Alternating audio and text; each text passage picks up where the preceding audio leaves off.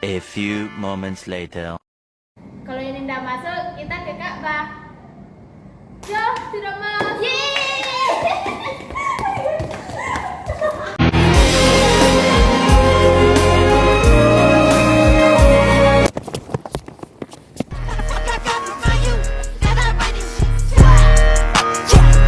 Halo guys. Oh, okay.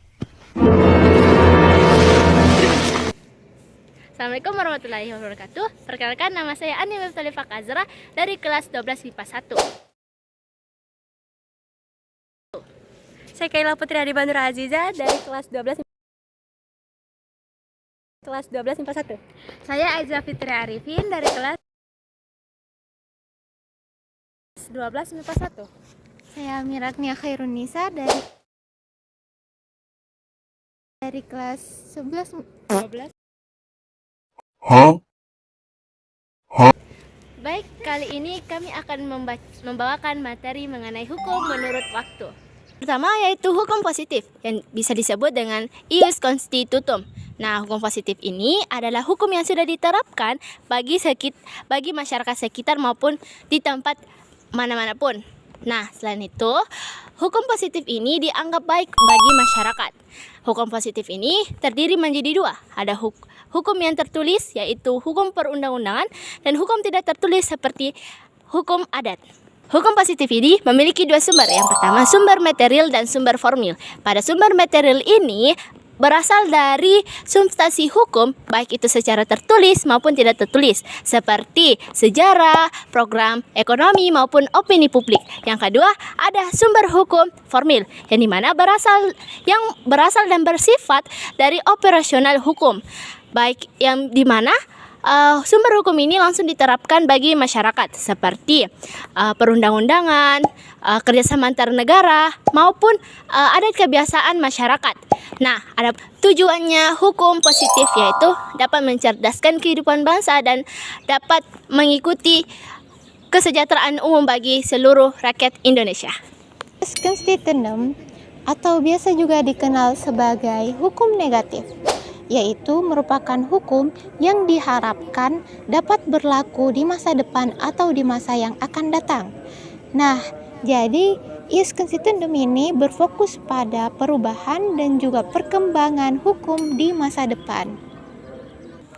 Selanjutnya yaitu tujuan dari ius constitutum, yaitu yang pertama, menyesuaikan hukum dengan perubahan zaman. Yang kedua yaitu menciptakan keadilan yang lebih baik. Kemudian yang ketiga yaitu menyempurnakan sistem hukum.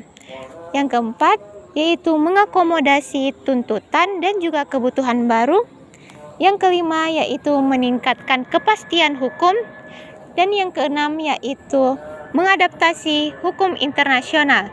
Tujuan dari ius constitutum yaitu untuk memastikan bahwa hukum yang akan datang dapat menjawab tantangan di masa yang akan datang atau di masa depan. Nah, kemudian juga dapat meningkatkan ketataan dalam masyarakat.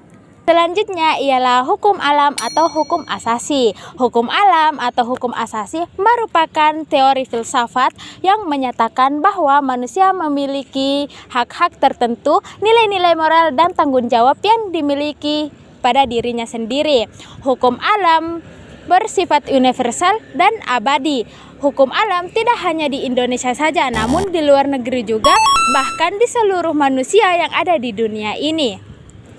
Hukum alam berbeda dengan hukum positif, di mana hukum positif itu dibentuk oleh pemerintahan. Namun hukum alam ini sudah ada sejak individu itu lahir di dunia ini dan tidak bisa diganggu-gugat. Tujuan hukum alam untuk memahami hakikat manusia, membenarkan pembentukan hukum pemerintah, dan membenarkan pembentukan hak-hak seperti hak milik pribadi. Hukum alam ini bersifat selama-lamanya dan tidak bisa diganggu-gugat. Kemudian ada contoh penerapan dalam kehidupan sehari-hari.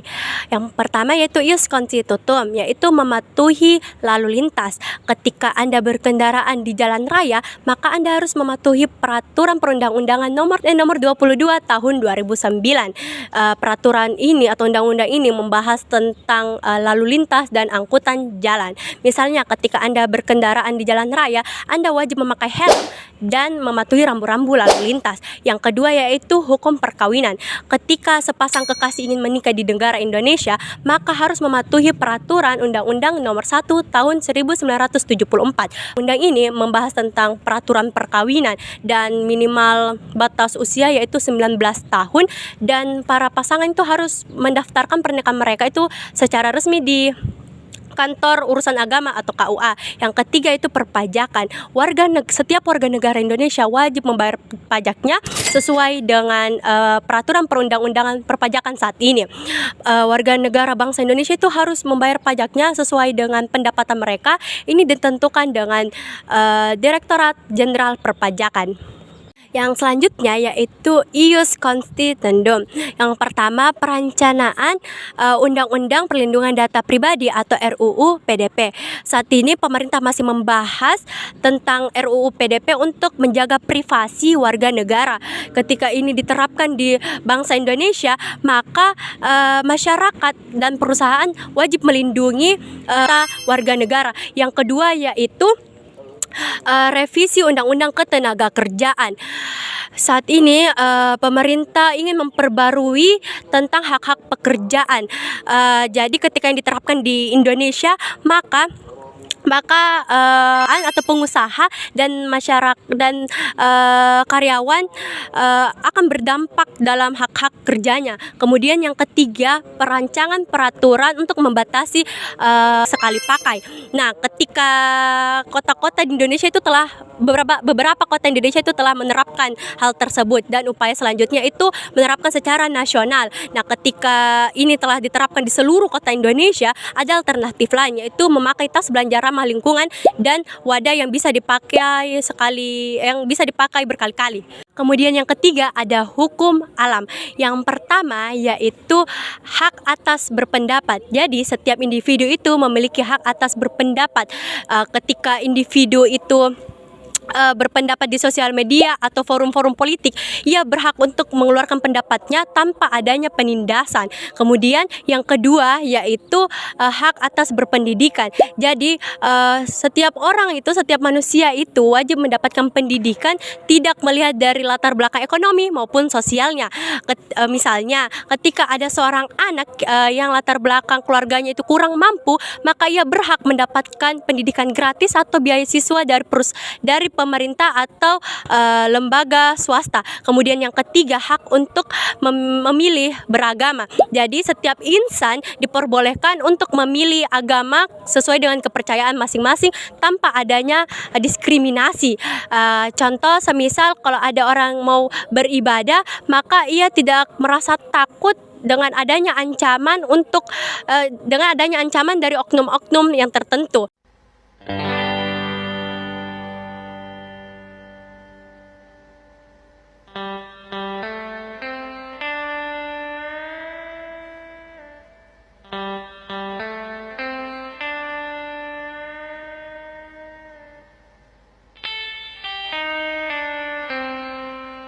Mohon maaf apabila kami ada kesalahan selama pembuatan video.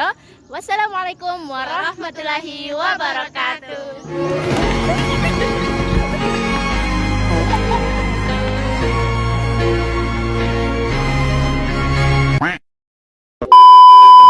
Datang dan katakan padanya di sana, labbaik Allahumma labbaik, labbaik la syarika laka labbaik, innal hamda